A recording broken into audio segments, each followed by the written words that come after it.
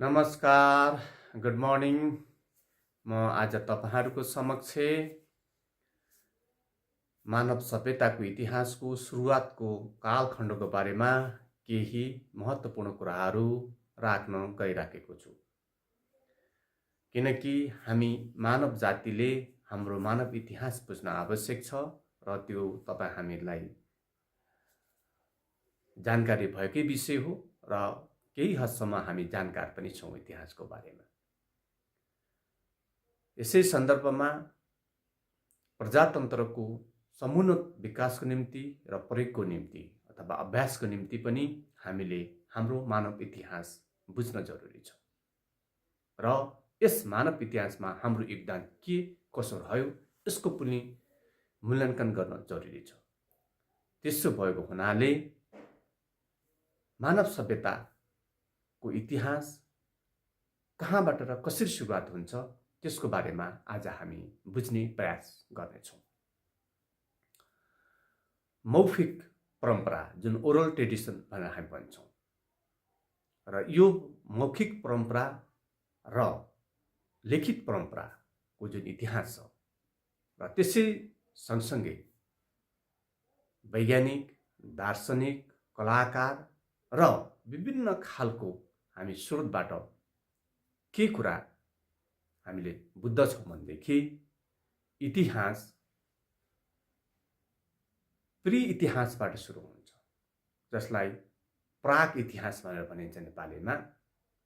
र यो प्राग इतिहास यो प्री हिस्ट्रीको समयको बारेमा हामीले केही कुरा जान्न जरुरी छ र यो प्री हिस्ट्री पनि के कसरी सुरुवात भयो त्यो देख्ने व्यक्ति अहिले जीवित छैन र त्यो समयमा त्यो लेख्ने व्यक्ति पनि हामीले पाउँदैनौँ। तर मानव कल्पनाले, साइन्टिफिक इमेजिनेसनले पनि र आर्कोलोजिकल अथवा सोसियोलोजिकल जुन इमेजिनेसनहरू छन् यो परिकल्पनाको आधारमा हामीले मानव सभ्यता कहिले सुरुवात भयो भन्ने कुरा एउटा दृष्टिकोण राखेका छौँ र यसलाई गहिरो रूपमा निहाल्दा झन्डै 30,30,000 वर्ष पहिले जुन समय प्री हिस्ट्री समय भनेर हामी बुझ्दछौँ र त्यसरी नै मानव सभ्यताको सुरुवात भयो। र यस सुरुवातको चरणमा मानिसहरू अफ्रिकाबाट चाहिँ यसको विकास भएको अथवा मानिसको विकास भएको र अफ्रिकाबाट अन्य क्षेत्रमा गएको भन्ने कुरा इतिहासकारहरूले र समाजशास्त्रीहरूले र वैज्ञानिकहरूले पनि केही रूपमा चाहिँ स्वीकार गरेको अवस्था छ। यद्यपि हामीले प्रमाणहरू दिन गाह्रो छ, किनकि अहिले त्यस्तो व्यक्ति हामी फेला पार्न सक्दैनौँ जुन व्यक्ति त्यो समयमा थियो र देखेको थियो। त्यसैले जुन कल्पनाको आधारमा हामीले इतिहास निर्माण गरेको छौँ यस कल्पनाले के कुरा राख्दछ भनेदेखि 30,30,000 पहिले चाहिँ हाम्रो प्री हिस्ट्री सुरुवात भयो र त्यसै सन्दर्भमा यस पिरियडलाई समाजशास्त्री, वैज्ञानिक, दार्शनिक र सम्पूर्णहरूले विभिन्न ढङ्गले चाहिँ यसलाई चाहिँ व्याख्या गर्ने हेर्ने काम गरेका छन् र विशेष गरी प्री हिस्ट्रीलाई मुख्यतया 3टा कालखण्डमा विभाजन गरेको दिन्छ र सबभन्दा पहिले स्टोन एज भनेर भनिन्छ जुन तपाईँ हामी जानकारै छौँ र स्टोन एजमा मानव जातिले के गर्यो अथवा हाम्रो पुर्खाहरूले के गर्यो भनेदेखि स्टोनको चाहिँ हात हतियार प्रयोग गरेर हन्टिङ गर्ने, शिकार गर्ने र जीविका उपार्जन गर्ने कामहरू गर्यो विशेष गरी। र त्यही समयमा त्यो हतियारको सँगसँगै उसले चाहिँ फायर र आगोको पनि चाहिँ के भनेदेखि इन्भेन्सन गर्यो अथवा आगोको डिस्कभरी गरेको चाहिँ हामीले देख्दछौँ। र त्यो आगोको डिस्कभरी सँगसँगै र एग्रिकल्चर मोडमा अथवा खेती गर्ने वन्यजन्तुहरूलाई के भने घरपालुवा बनाउने चाहिँ चरण सुरुवात भएको भन्ने चाहिँ के भन्दाखेरि बुझाइ छ र यी सम्पूर्ण बुझाइहरू मिथ्य हुन् वा सत्य हुन् यसलाई प्रमाण गर्न गाह्रो छ। तर हामीले हाम्रो सभ्यताको जुन प्रमाणहरू अथवा सभ्यताको सुरुवातको जुन चरणहरूलाई बुझ्न जरुरी छ र यो काल्पनिक जुन तथ्यहरू छन् यो तथ्यहरूलाई नै हामीले के भनेदेखि इतिहासको के भनेदेखि तथ्यको रूपमा हामीले बुझ्ने गरेका छौँ। त्यसो हुनाले यो स्टोन एज सुरुवात हुन्छ र स्टोन एज पछि के भनेदेखिलाई ब्रोन्ज एजको सुरुवात हुन्छ। त्यो ब्रोन्ज एजको मुख्य काम भनेको मेटलहरूको चाहिँ धातुहरूको प्रयोग गर्न थाल्यो मानिसहरूले र आफ्नो सभ्यतालाई त्योभन्दा अलि समृद्ध बनाउनतिर लाग्यो र यसरी ब्रोन्ज एजबाट मानिस आइरन एजमा प्रवेश गर्दछ। आइरन एजमा आइसकेपछि आइरनको चाहिँ उसले चाहिँ प्रयोग गर्न थाल्यो अथवा चाहिँ के भन्दाखेरि फलामको हतियारहरूको प्रयोग गर्न थाल्यो र केही के भनेदेखि प्राचीनकालीन अर्बन एरियाहरू अथवा सहरी इलाकाहरूको पनि निर्माण गर्यो भन्ने चाहिँ के भन्दाखेरि विश्वास रहिआएको छ। र यद्यपि यी विश्वासहरू कहाँसम्म सत्य हुन् यसलाई प्रमाणीकरण गर्न त निकै गाह्रो छ, तर हामीले विश्वास के राख्नु पर्दछ भनेदेखि यसरी stone age, bronze age, iron age हुँदै के भनेदेखि मानव सभ्यता अगाडि बढेको भन्ने कुरा बुझिन्छ। र यी मानिसहरू अफ्रिकाबाट बाहिर निस्केको अथवा अन्य ठाउँ गएको भन्ने कुरा चाहिँ इतिहासकारहरूले र समाजशास्त्रीहरूले र अन्य थुप्रै के भनेदेखि वैज्ञानिकहरूले केही हदसम्म स्वीकार गरेका छन्। किनकि हामीले बुझ्नु त पर्यो हाम्रो सभ्यता कसरी सुरुवात भयो भनेर।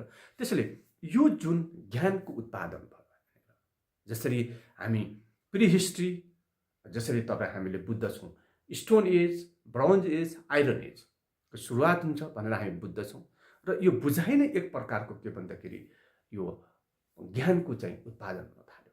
जब हामी इतिहासको के भन्दाखेरि सुरुवात गर्छौँ, त्यो इतिहासको सुरुवातको बुझाइको सुरुवात साथसाथै ज्ञानको उत्पादन हुन थाल्यो र त्यो ज्ञानले हामीलाई हामी को हौँ, हामी के गर्न सक्दछौँ र हामी अगाडि कसरी बढ्न सक्दछौँ भन्ने कुरा पनि के भन्दाखेरि हामीलाई मद्दत गर्न थालेको कुरा हामीले बुझ्नु जरुरी छ। अनि त्यसो भएको हुनाले हामीले के ठिक या के बेठिक होइन, अहिलेसम्मको तथ्यका आधारमा इतिहासलाई हामी यसरी कन प्रिहिस्ट्रीबाट सुरु भएको हामी बुझ्दछौँ। त्यसैले यो मौखिक परम्पराबाट सुरुवात हुन्छ र सुरुमा त लेख्ने परम्परा पनि थिएन र एकले अर्काले मुखबाट चाहिँ बोल्ने, भन्ने र त्यसलाई स्मरण गर्ने र यसरी कन चाहिँ इतिहासको सुरुवात भएको देखिन्छ।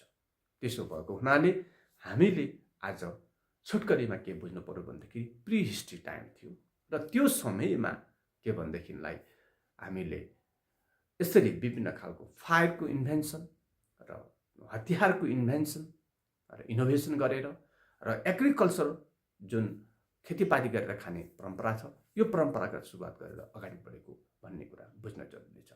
त्यसैले हेर्नुहोस् त मानिसहरूको विकासको चरण कसरी सुरुवात भएको छ र त्यतिखेर कति सङ्घर्षशील थियो होला।